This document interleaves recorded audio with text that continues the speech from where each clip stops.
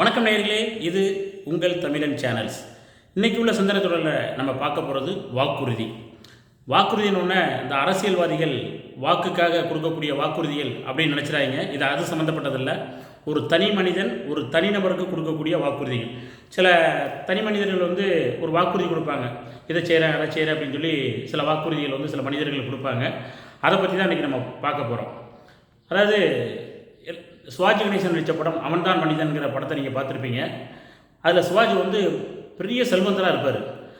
அப்போ ஒரு செல்வந்தராக இருக்கச்சில் ஒரு புறா ஒன்று வளர்ப்பார். அப்போ ஜெயலலிதா இந்த புறாவை எனக்கு நான் என்னைக்காவது கேட்டால் நீ எனக்கு தரணும் அப்படின்னு சொல்லி கேட்பாப்புல. அதை சிவாஜி கணேசன் தாரன்னு சொல்லி ஒரு வாக்குறுதி கொடுத்துருவார். அதுக்கப்புறம் அவர் பிஸ்னஸில் பல நொடிகளை சந்தித்து ரொம்ப ஏழையாகிடுவார். கடைசியில் ஒரு குடிசை வீட்டில் வசிக்கக்கூடிய அளவுக்கு, ஒரு ஆஸ்மா நோயோடு வசிக்கக்கூடிய அளவுக்கு வந்துடுவார். அந்த நேரத்தில் ஜெயலலிதா இவரை சந்திக்கிறதுக்காக வருவாப்புல. சிவாஜி கணேசனை சந்தித்த உடனே சிவாஜி கணேசனுக்கு துணையாக மேஜர் சுந்தரராஜன் சொல்லி அவர் இருப்பார். ஏன்னா வசதியான காலத்துலேருந்து அவர் கூட தான் அவர் வாழ்ந்துக்கிட்டு இருப்பார். அப்போ ஜெயலலிதா விருந்தாளியாக வந்துட்டாங்கன்னொடனே அவங்களுக்கு ஏதாவது சாப்பாடு போடணுமே அப்படிங்கிறதுக்காக பார்க்கச்சில் வீட்டில் ஒன்றுமே இருக்காது. உடனே சுந்தரராஜன் சொல்லுவார், அந்த புறா இருக்குல்ல, அந்த புறாவை அடித்து அதை சமைச்சு கொண்டு வந்துரு அப்படின்னு சொல்லி அவர் காதில் சொல்லுவாப்புல. உடனே அந்த சுந்தரராஜன் சமைச்சு கொண்டு கொடுத்த உடனே ஜெயலலிதா நல்லா சாப்பிட்டு முடிச்சுட்டு நலம் விசாரிச்சுட்டு கிளம்பச்சில், இந்த ஒரு புறா எனக்கு நீங்கள் தாரன்னு சொல்லி ஒரு வாக்குறுதி கொடுத்தீங்கல்ல, அந்த புறாவை என்னுடைய பொண்ணு கேட்குது, உங்களால் கொஞ்சம் தர முடியுமா அப்படின்னு சொல்லி கேட்பாப்புல. கேட்டவுடனே சிவாஜி கணேசனுக்கு அப்படியே ஒரு இதயத்தில் ஒரு பெரிய இடி மாதிரி விழுந்துடும்.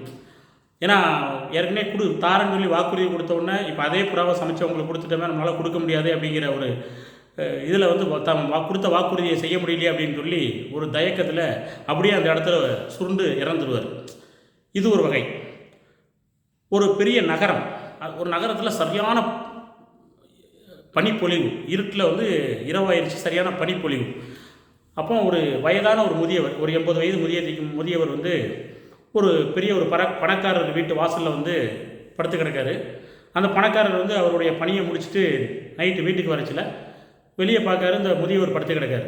உடனே முதியவரை பார்த்துட்டு, ஐயா முதியவரே, இவ்வளோ பெரிய பணியில் நைட்டு படுத்து கிடக்கீங்களே, உங்களுக்கு எதுவும் குளிரலையா, நீ யாருன்னு கேட்காரு. அவர் நான் ஒரு அனாதை அப்படிங்கிறார். இல்லை இந்த பணியில் நீங்கள் எப்படி எதையுமே போத்திக்கிடாமல் இப்படி படுத்துருக்கீங்க, சாப்பிட்டீங்களான்னு கேட்குறாரு. உடனே அவர் சொல்கிறாரு, இந்த பனி, வெயில், புயல் இதெல்லாம் தாங்கக்கூடிய அளவுக்கு என் உடம்புல வலிமை இருக்குது. ஸோ அதனால் இது எனக்கு ஒன்றும் பெருசாக தெரியல, நான் இது அப்படி பழக்கப்பட்டுருச்சு அப்படின்னு சொல்லி சொல்கிறாரு.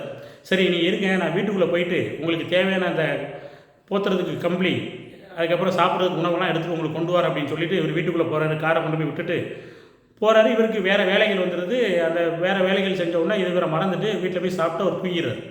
காலையில் இவருக்கு அந்த பணக்காரருக்கு ஒரு ஞாபகம் வருது, ஐயோ நம்ம வெளியே ஒரு முதியோர்கிட்ட நம்ம போர்வையும் சாப்பாடும் தாரன் சொல்லி இருந்தோமே போத்திக்கிறதுக்கு, இப்போ அவர் என்ன ஆச்சுன்னு தெரியலன்ட்டு வேகமாக ஓடி பார்க்காரு. அந்த முதியவர் இறந்து கிடக்கார்.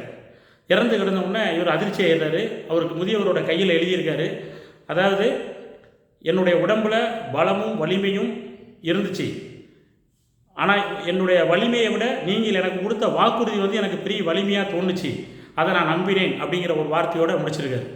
உடனே இவர் அந்த பணக்காரர் ரொம்ப அதிர்ச்சி ஆகிட்டார்.